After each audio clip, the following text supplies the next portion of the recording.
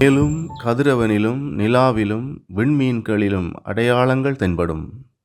மண்ணுலகில் மக்களினங்கள் கடலின் கொந்தளிப்பின் முழக்கத்தினால் கலங்கி என்ன செய்வதென்று தெரியாது குழப்பம் அடைவார்கள்.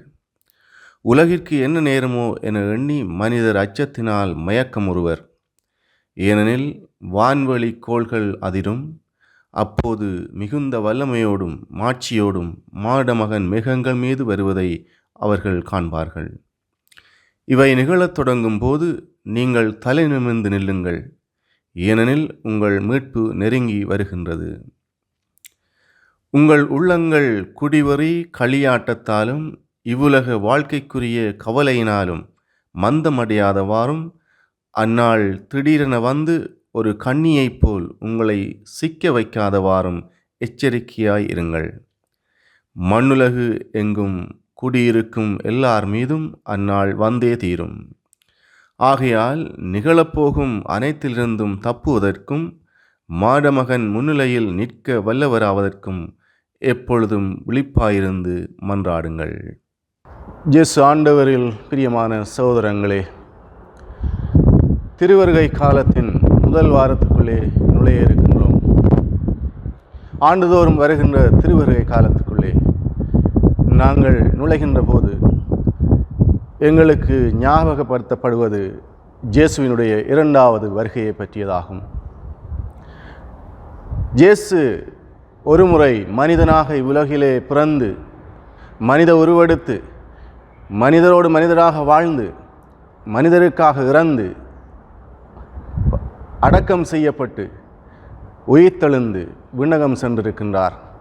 அவர் விண்ணகம் செல்லுகின்ற போது எங்களுக்கு கூறியது, நான் மீண்டும் உங்களிடம் வருவேன், அப்பொழுது நான் மீண்டுமாக பிறப்பதற்கல்ல, மாறாக இந்த உலகத்தை தீர்ப்பிடுவதற்கு வருவேன் என்று எங்களுக்கு சொல்லி சென்றிருக்கின்றார்.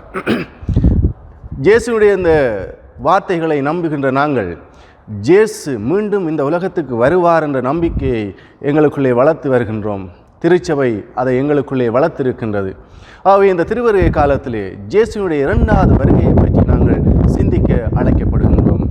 இயேசுவினுடைய இரண்டாவது வருகையின் போது நாங்கள் என்ன செய்ய வேண்டும் என்பதை திருச்சபை எங்களுக்கு ஞாபகப்படுத்துகின்றது.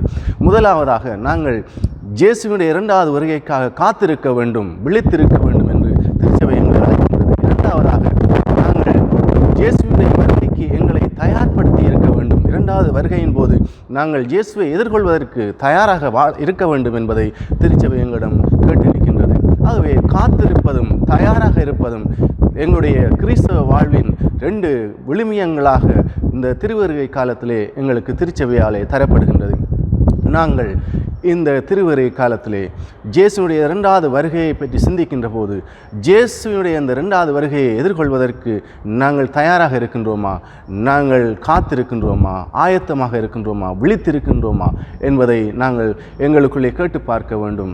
எப்படி நாங்கள் இயேசுவினுடைய இரண்டாவது வருகையை சந்திக்கப் போகின்றோம், அவர் இரண்டாவது வருகையின் போது நாங்கள் அவரை எப்படி முகமுகமாய் அவரை எதிர்கொள்ள முடியும் என்பதை திருச்சபை எங்களுக்கு மீண்டுமாக ஞாபகப்படுத்துகின்றது. நற்செய்திகள் எங்களுக்கு கூறி நிற்கின்றன. அவர் மீண்டும் வருகின்ற போது வான மேகங்கள் மேலே வருவார். அப்பொழுது எல்லா இடமும் இடி முழக்கங்களும் மின்னல்களும் எதிரொலிக்கும்.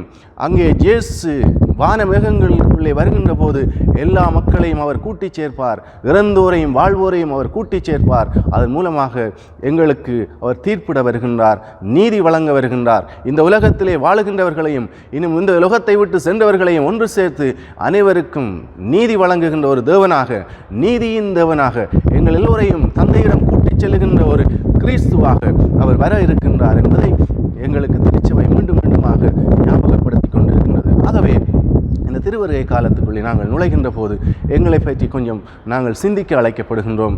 எப்படி நாங்கள் வாழுகின்றோம், எங்களுடைய வாழ்க்கை எப்படி இருக்கின்றது? இன்றைய இந்த நவீன உலகிலே எல்லாம் வியாபாரமயமாக்கப்பட்ட இந்த உலகத்துக்குள்ளே, வியாபார தளமாக மாறி இருக்கின்ற உலகத்துக்குள்ளே நாங்கள் வாழ்ந்து கொண்டிருக்கின்றோம். நாங்கள் கிறிஸ்துவினுடைய இரண்டாவது வருகையை பற்றி சிந்திக்காமல் கிறிஸ்துவின் பிறப்பை கொண்டாடுவதிலே மிகவும் ஆர்வமாக இருக்கின்ற கத்தோலிக்கர்களையும் ஏனைய மக்களையும் நாங்கள் பார்க்கின்றோம். ஆகவே கிறிஸ்துவனுடைய இரண்டாவது வருகையை பற்றி சிந்திக்காமல் கிறிஸ்துவனுடைய பிறப்பை பற்றியே நாங்கள் சிந்தித்து அதை கொண்டாடுவதிலே நாங்கள் ஆர்வமாக இருக்கின்ற போது இந்த இரண்டாவது வருகையை நாங்கள் மறந்து விடுகின்றோம். அதனால் நாங்கள் கிறிஸ்துவை எதிர்கொள்ள தயாராக இல்லாமல் போகின்றோம். எங்களை ஆயத்தப்படுத்த முடியாமல் போகின்றோம். இந்த உலகத்தின் கேளிக்கைக்குள்ளே, இந்த உலகத்தின் மாயைக்குள்ளே நாங்கள் விழுந்து, இந்த உலகத்தின் வியாபார தளத்துக்குள்ளே நாங்கள் விழுந்து, இந்த உலகம் காட்டுகின்ற அந்த மாயைக்குள்ளே நாங்கள் எங்களை உட்படுத்தி அதன் மூலமாக நாங்கள் வெளிவர முடியாமல் தவித்து நிற்கின்றோம். இன்றைய உலகிலே நாங்கள் இந்த வியாபார தளமான உலகுக்குள்ளே எங்களை மூழ்கடித்து விட்டு இருக்கின்றோம். அதனாலே கிறிஸ்துவின் இரண்டாவது வருகையை நாங்கள் உணர முடியாமல், அதை பற்றி சிந்திக்க முடியாமல், அதை பற்றி நாங்கள் தியானிக்க முடியாமல் எங்கள் வாழ்வை வாழ்ந்து கொண்டிருக்கின்றதை நாங்கள் அறிய முடிகின்றது. எங்களுக்குள்ளே நாங்கள் சிந்தித்து பார்க்க முடிகின்றது. ஆகவே இயேசுவினுடைய இரண்டாவது வருகையை நாங்கள் எதிர்கொள்ள எங்களை ஆயத்தப்படுத்துவோம். கிறிஸ்துவின் பிறப்பை கொண்டாடுவதும் ஒரு பக்கம் இருக்க வேண்டும். அதே நேரத்திலே இயேசு இரண்டாவது முறை வருகின்ற போது எதிர்கொள்வதற்கு தேவையான தயார்படுத்தலை, எங்கள் உள்ளார்ந்த தயார்படுத்தலை, எங்களுக்குள்ளே இருக்கின்ற வாழ்வு முறைகளை மாற்றி நாங்கள் அவரோடு ஒன்றிக்க, அவரை எதிர்கொள்ள, அவரை முகமுகமாய் சந்திக்கக்கூடிய அந்த சந்தர்ப்பத்தை நாங்கள் பெற்றுக்கொள்வதற்கு எங்களை நாங்கள் ஆயத்தப்படுத்துவோம். எங்களோடு வாழுகின்றவர்களையும் நாங்கள் கூட்டிச் சேர்ப்போம்.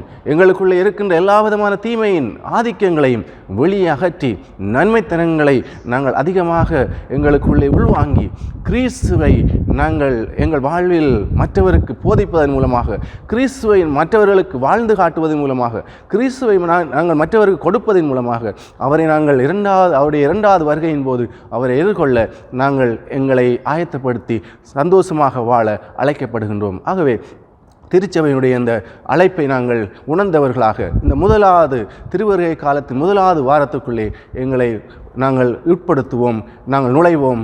அதன் மூலமாக இயேசுவின் இரண்டாவது வருகையை பற்றிய சிந்தனையை எங்களுக்குள்ளே இன்னும் ஆழமாக சிந்தித்து அவருடைய அந்த வருகைக்கு எங்களை தயார்படுத்தி நாங்கள் நல்ல கிறிஸ்தவர்களாக, தூய கிறிஸ்தவர்களாக, உத்தம கிறிஸ்தவர்களாக, கிறிஸ்துவை சந்திக்கக்கூடிய, முகமுகமாய் பார்க்கக்கூடிய நல்ல கிறிஸ்தவர்களாக மாற கிறிஸ்துவினுடைய அந்த அருள் வளங்கள் எங்களுக்கு நிறைவாக கிடைக்கும்படியாக மன்றாடிக்கொள்வோம்.